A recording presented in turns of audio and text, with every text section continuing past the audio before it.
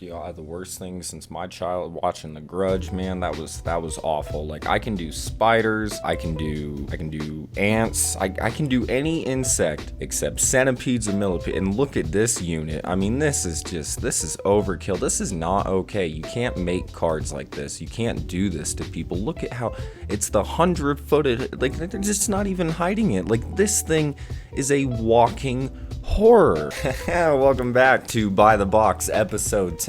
Today we are going over Abyss Encounters and Rampage of the Forest. So getting right into Abyss Encounters to start, we're going into Gold Sphere, and we don't have anything in Gold Sphere from this box, just like a lot of these older main boxes. So we're gonna jump straight down into Silver Wall, and I actually have quite a few cards from Abyss Encounters in Silver Wall. So to start, we're gonna be going over Gishki Chain. Gishki Chain is a level 4 water sea serpent monster. As the effect, when it's normal summoned, you can look at the top 3 cards of your deck, reveal a ritual monster or a ritual spell, and then add it to your hand, and then you place the remaining cards on top of your deck in any order that you want. So this card, as of recently, has seen a fair amount of play within a couple of different decks. Namely, and probably the best deck that it's seen play in has been Water Exceed. The card meshes very well with what Water Exceed is trying to accomplish. It is a level 4 sea serpent type monster. Now, because it's level 4, it is not a target for Deep Sea Diva, but then its effect happens when it's normal summoned anyway. And the reason why this card has seen play in Water Exceed is not because of the ritual effect. Obviously, Water Exceed does not run ritual monsters, but it's just the setting up the order of the top of your deck. Because if you can set it up to where you would draw Deep Sea Diva next turn, that's excellent. And then of course you can normal summon this card, use that, set the Diva on top of your deck for your next turn, and then you can use a card like Silent Angler, who can special summon himself, and he's level 4, and then you can go into a rank 4 Exceed, which is Water Exceed's whole gimmick. He's also seen play in Necroz for obvious reasons, being a water type monster, and then can also search the archetypal ritual monsters and spell cards, at least the top 3 cards of your deck, which the way Necroz decks were being built, you're almost guaranteed to get one of those when you use this effect. And it's also seen play in its own archetype, of course, in Gishki, who recently got some support, and even though it didn't end up competing at a higher level, or maybe at a level that a lot of people had hoped, this was still a good card in that deck. So it being a very beneficial card as of recently to a couple of decent rogue decks and what is a very good meta deck as of right now, I think that's what puts it in Silver Wall, and it may see play in the future if we get more ritual decks or ritual releases, or alternatively this card could just get power crept and then start to fall down in the ranks. But I think as of right now it is a good card. It's one that it's not bad to pick up if you go through this box for something else that you need. But the biggest thing working against it is Water Exceed, Necroz, and Gishki. They don't need this card. It's just a nice little tech from time to time, but it does do really good things for, again, 2 competent rogue decks and a meta deck. So I feel like Silver Wall is a good placement for Gishki Chain. And to note, Abyss Encounters is the only way to obtain a copy of Gishki Chain, and unfortunately he is an ultra rare in the box. Salvage is a normal spell card that has the effect to target 2 water monsters with 1500 or less attack in your graveyard, and then you just add them to your hand. Very good recursion effect for the decks that it can accommodate. And with that being said, bringing up Gishki again, it's seen a lot of play in that deck because almost all of their main deck monsters are targets for it, and it being a ritual deck where they cycle through their effect monsters that end up in the graveyard, this card fits with them probably better than any other deck in the game right now. And like I said, with Gishki Chain, it's a competent rogue deck, so that makes this card pretty good. However, if there is any deck that has a good widespread amount of water type monsters, this card does see occasional play from time to time. And with that being said, it's kind of rare, it's a little niche, it's definitely a tech, but it has seen play in Water Exceed as well, with cards like Deep Sea Diva and Atlantean Heavy Infantry being good targets for it. The biggest issue working against this card is that it's just a little slow, and normally I wouldn't use that word to describe a spell card. However, with this one, it needs setup in the graveyard for it to be live. So if you have this card in your opening hand, but you have no way to get 2 or more water monsters within your graveyard, then the card is just dead in your hand. And that's another thing about the card, it's not up to 2 water monsters, it has to be 2, so you can't just choose 1 in your graveyard. However, the decks it's run in, they can fairly consistently set up their graveyard like that, like Gishki and Water Exceed as I mentioned, so that's not always a problem. But the fact that this card can be very dead sometimes. It really works against it. And it kind of falls under the same thing as Gishki Chain here. I do think Salvage is a better card, but once again, it is an ultra rare in this box, and it is obtainable in one other way in Selection Box Volume 2, and that's going to be a running trend throughout this video. A lot of cards I'm going to talk about are in Selection Box Volume 2, and again, usually I just let people make heads or tails on what's better, you know, a not so great older main box or one of the overpriced and really gimmicky kind of bait selection boxes.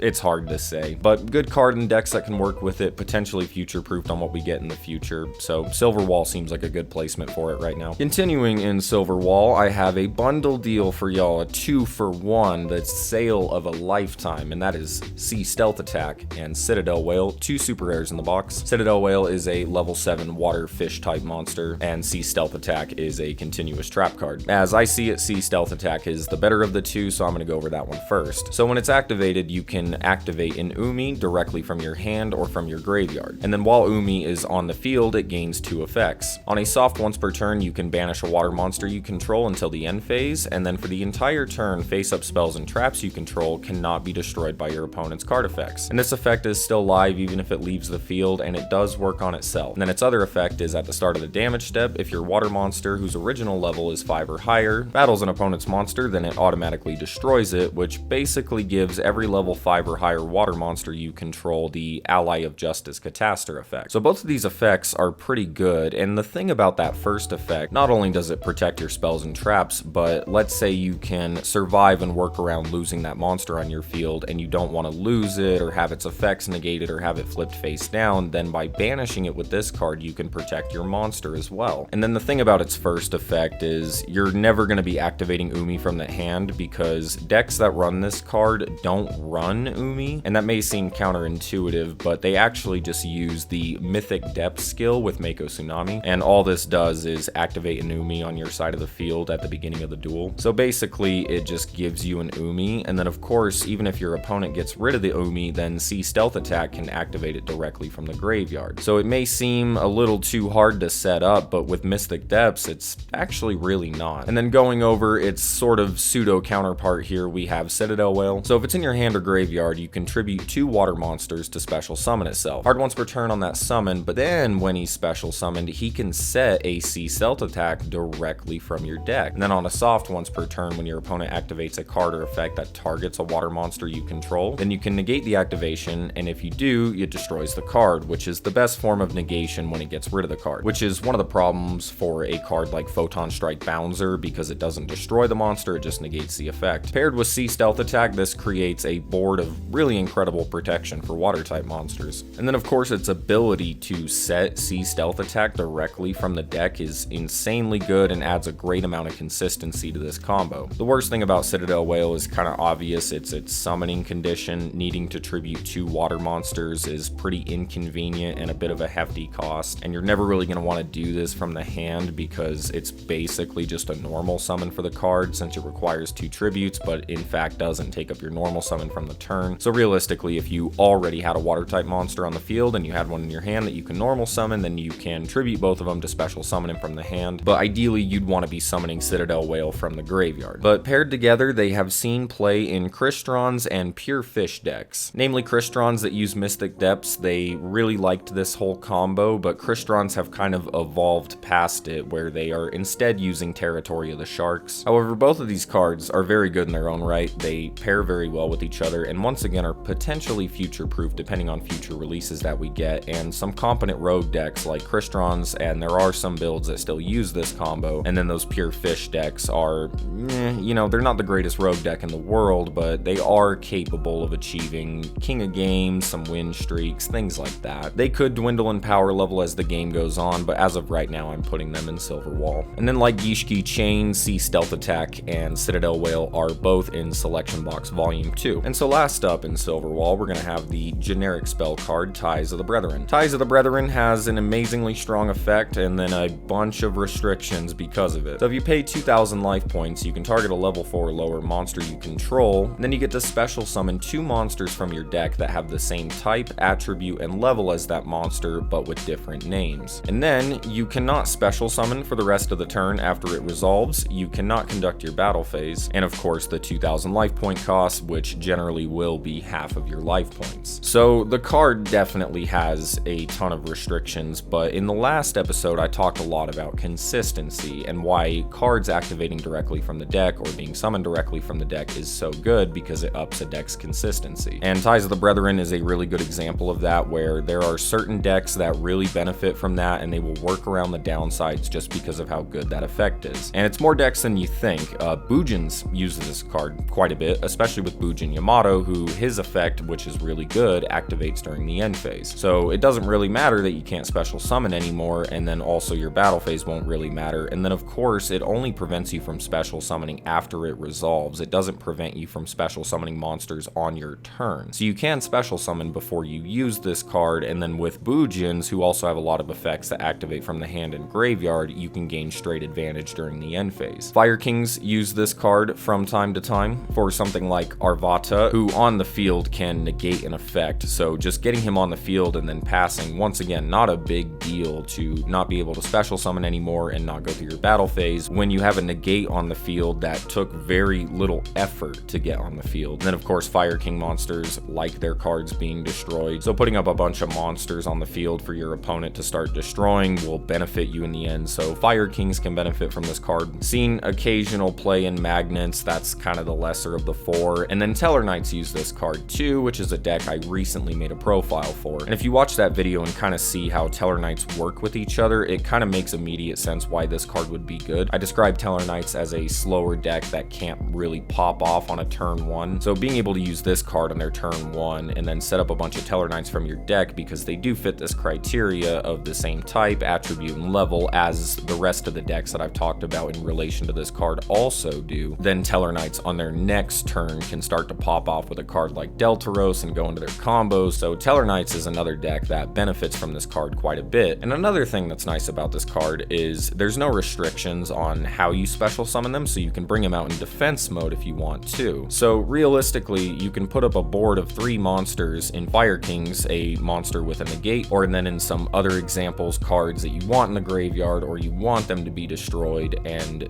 not conducting your battle phase and cutting your life points in half doesn't really matter because now you have a full board of defense position monsters. And Ties of the Brethren is an ultra rare in this box, and it is also obtainable in Selection Box Volume 2 once again. So moving down to Bronze Weapon, I have 2 cards here, and the first one is Gishki Aquamirror. Gishki Aquamirror is a ritual spell that can ritual summon any Gishki ritual monster, and then you have to tribute monsters from your field or your hand for the levels that equal the ritual monster, so a standard ritual summon. And then while it's in the graveyard, you can shuffle it back into the deck to target a Gishki ritual monster in your graveyard and return it to your hand. This is the best Gishki ritual card that we have in the game, and because of Gishki's recent support, it saw play, typically at 1 copy because Gishkis do have ways to recycle this card, and then of course when it's in the graveyard, it has its own recursion effect for your ritual monsters. And like I said earlier about Gishki's kind of dwindling in power, it's not the greatest card in the world, but it being the best ritual spell card for, once again, a competent rogue ritual deck, that's definitely enough for me to put it in Bronze Weapon. And the reason it's a little bit lower than Gishki Chain is because Gishki Chain has seen play in other decks that are very competent, so I'm keeping it down here in Bronze Weapon. And something that sucks is that this is the only way to obtain it. Another example of a card in an older box that you would need to go through to build a deck that recently got support, which is really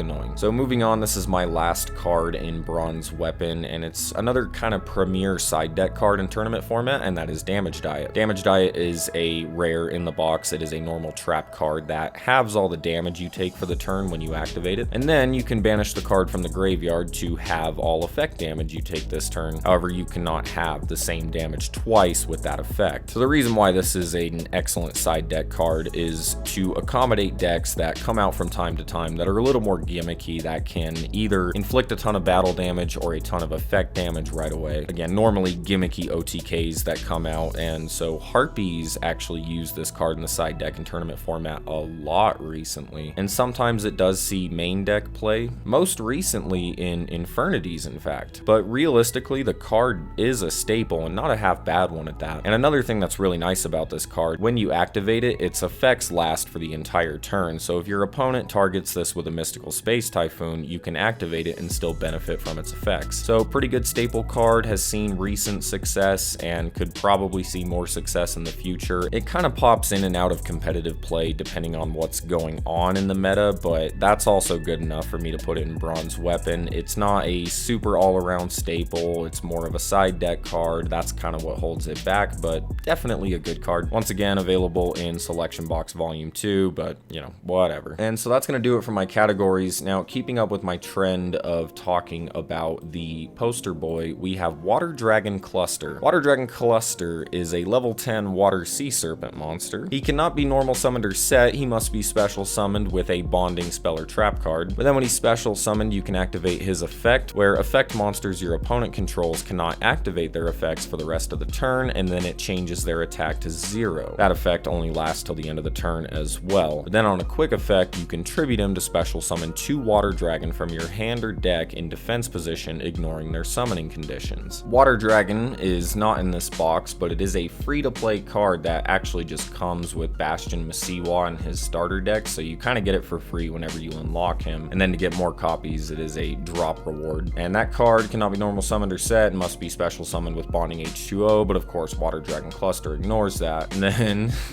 the attack of fire monsters and pyro monsters on the field becomes 0, and then when it's destroyed, you can target 2 Hydrogeddon and 1 Oxygeddon in your graveyard and special summon them. 2 pretty terrible cards, and using those 2 cards with a bonding spell and trap card is how you bring this card out, because it's supposed to be H2O, chemical, whatever, chemistry shit, which I failed, so whatever. So Water Dragon's way too hard to bring out, it's kind of trash, and that's why Water Dragon Cluster is here, and then it's supposed to benefit from cards like bonding D2O. However, it's really not. It requires too much setup because you have to tribute 2 of a specific monster, this guy here, in order to bring him out. And that's the thing about Water Dragon Cluster. He's another monster with really, really good effects, but he's just way too hard to summon, effectively making him useless. He's never been used in any deck that has seen any competitive play ever, and probably never will. But, you know, the artwork is really, really cool. Okay, so we are moving on to the mini box for this episode, Rampage of the Forest.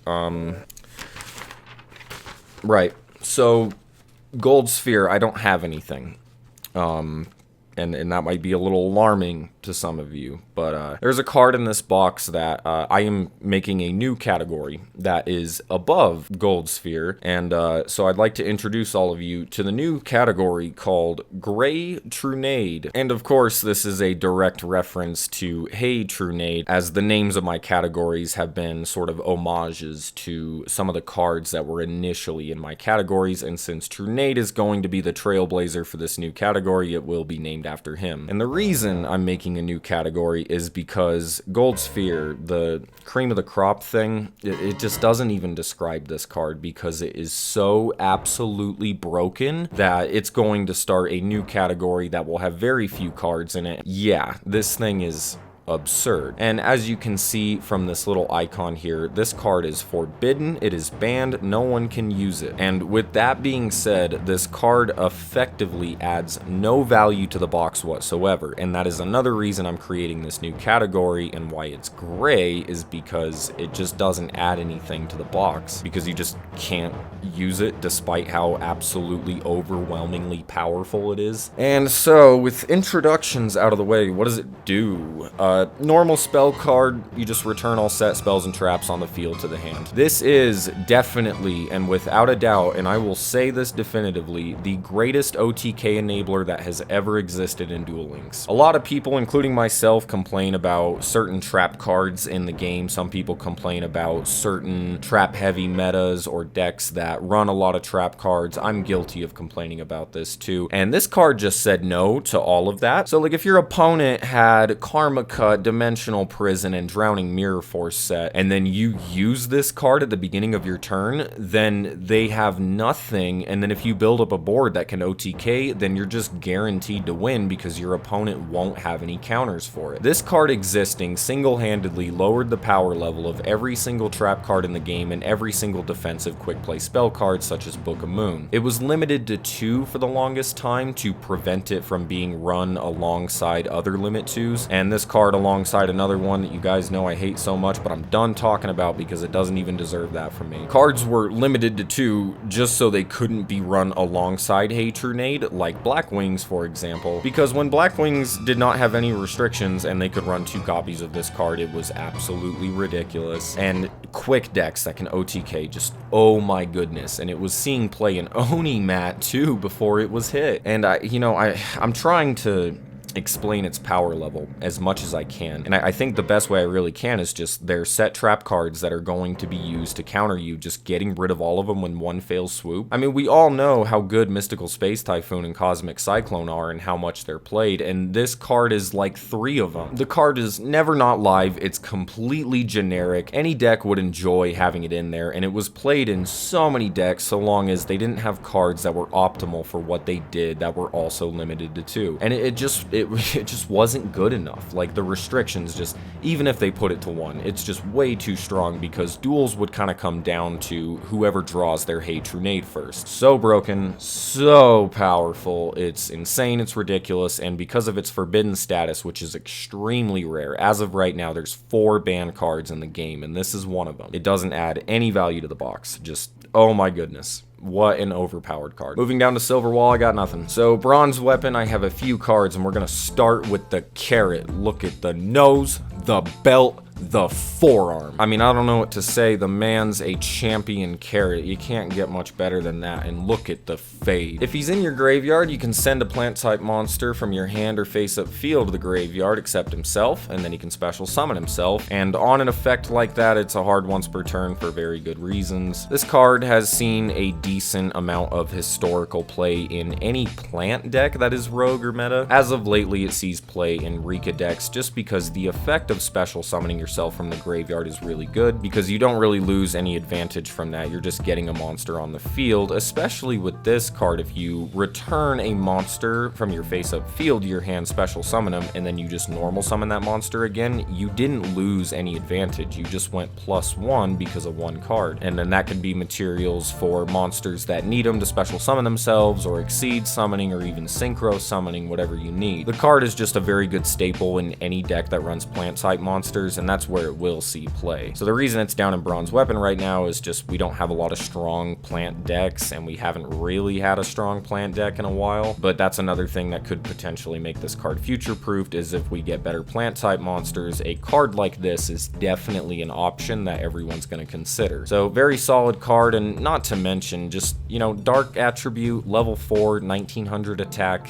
that's all really good. I don't think anyone would dispute that the Dark Attribute is the best in the game, that level 4 is the best level in the game, and 1900 on a normal summon is very generous. So all around, really solid card. It's just kind of waiting for the thing that can optimize it the best. And then another thing about World Carrot Weight Champion is he is also available in Selection Box Volume 2, but he's also available in a recent main box in Anatomic Theory, which is a significantly better box than this. So yeah, I would recommend going through that instead. So, you know, the argument can be made that he doesn't add a whole lot of value to this box. So moving on, in Bronze Weapon, I have one of the best Sylvan cards, and that's Ko Mushrumo. That is one of the funnest things to ever say ever. Sylvan Ko Mushrumo, when he's flipped face up, you can choose a number from 1 to 5, and then you excavate that many cards from the top of your deck, and then any excavated plant type monsters from that effect go to the graveyard, and then you place the rest of the cards on the bottom of your deck in any order that you want. And then he has this other effect where if he himself is excavated from the deck and sent to the graveyard, then you can target a spell or trap on the field and destroy it. And that's kind of Sylvan's whole gimmick, is excavating cards from the top of their deck and then sending the archetypal cards directly to the graveyard. Sylvans are a deck that could benefit from World Carrot Weight Champion, just because you can put him directly in the graveyard from some of their effects. And Sylvans recently got some support, and they were seeing a little bit of play, but it fell off immediately just because it wasn't enough. And that's why this is a card that I would say is bordering in Bronze Weapon and just not being talked about at all, but it's one of the best Sylvan cards, which again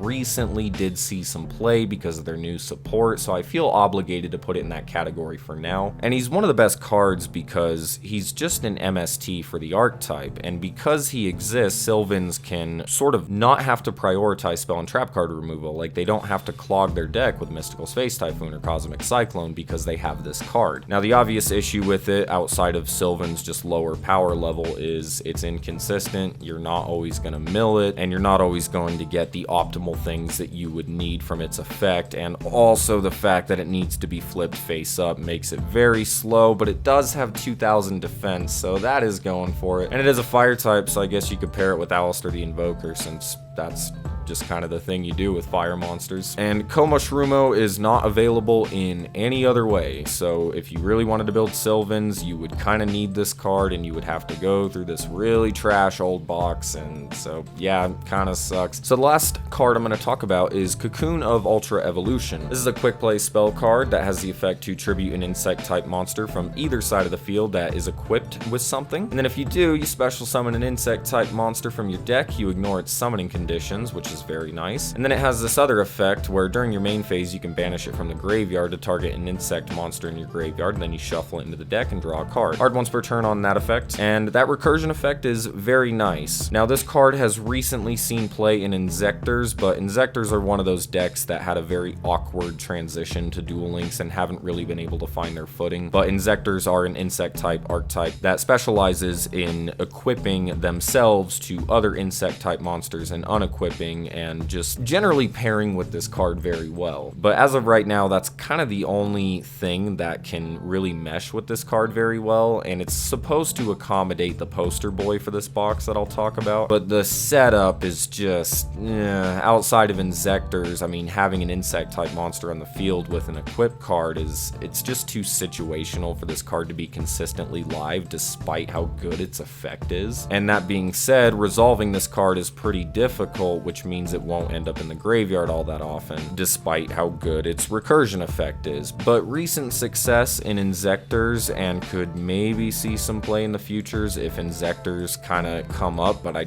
don't ever see it seeing play outside of Insectors, so I don't know. Another one of those borderline cards, but I think it's good enough to talk about. And so yeah, that's gonna do it for this box. Now, going over the poster boy, we have Metamorphosed Insect Queen. This card cannot be normal summoned or set, and it must be special summoned by a card effect. If another insect type monster is on the field, your opponent cannot target insect type monsters you control with card effects and cannot be destroyed by opponent's card effects, effectively making every insect type monster you control an invoked Cocytus, including itself. And then during the damage step, if it attacked, you contribute a monster you control, and then it can attack again. And then on a soft once per turn during your end phase, you can special summon an insect monster token. This token is an insect earth monster. It's level 1 and has 100 attack and defense. And the idea behind this card is for it to survive on a turn, and then you get that insect token on the field, and then its protections are live because you have that monster on the field. Now, the biggest problem with this card is how hard it is to bring out. And again, Cocoon of Ultra Evolution is definitely intended to bring a card like this out. It is very much like Water Dragon Cluster, where it is a really good card on the field. It's just way too hard to summon. And that's why I brought up Cocoon of Ultra Evolution's just inconsistent setup for it to be live, which would make any deck that would try to use this combo just so inconsistent and bricky. Again, despite how good the card is on the field, it just can't really do anything else. And then, you know, if you control it on the field and you don't have a way to get another insect type monster on the field, then it has absolutely no protection, and then you went through all this setup to get it on the field for nothing. Not to mention the other insect type monsters you control can still be destroyed by battle, and then if they are, this card is completely vulnerable all of a sudden. So that's gonna do it for By the Box episode 10. Very adventurous one, I'd say. We have a new category because of this overpowered mess, and that's pretty cool. We went over 2 poster boys that have basically the same thing going on. We had a 2-for-1 deal. What a great episode of By the Box. Now, next time, we are going over 2 boxes I feel like I'm going to have a lot to say about in Valiant Souls and Visions of Ice, and yeah, I know you guys are looking at it and you're probably, you know, just waiting for me to make a joke or get stressed out or, you know, just get really discouraged by it, but I'm gonna worry about it next time, and you know, we'll talk about it extensively next time. But thank you guys for watching. You guys are the best. I love you guys. You guys are my favorites. Seriously, you know, just, oh my god, oh, the best people on the planet. I will see you in my next video.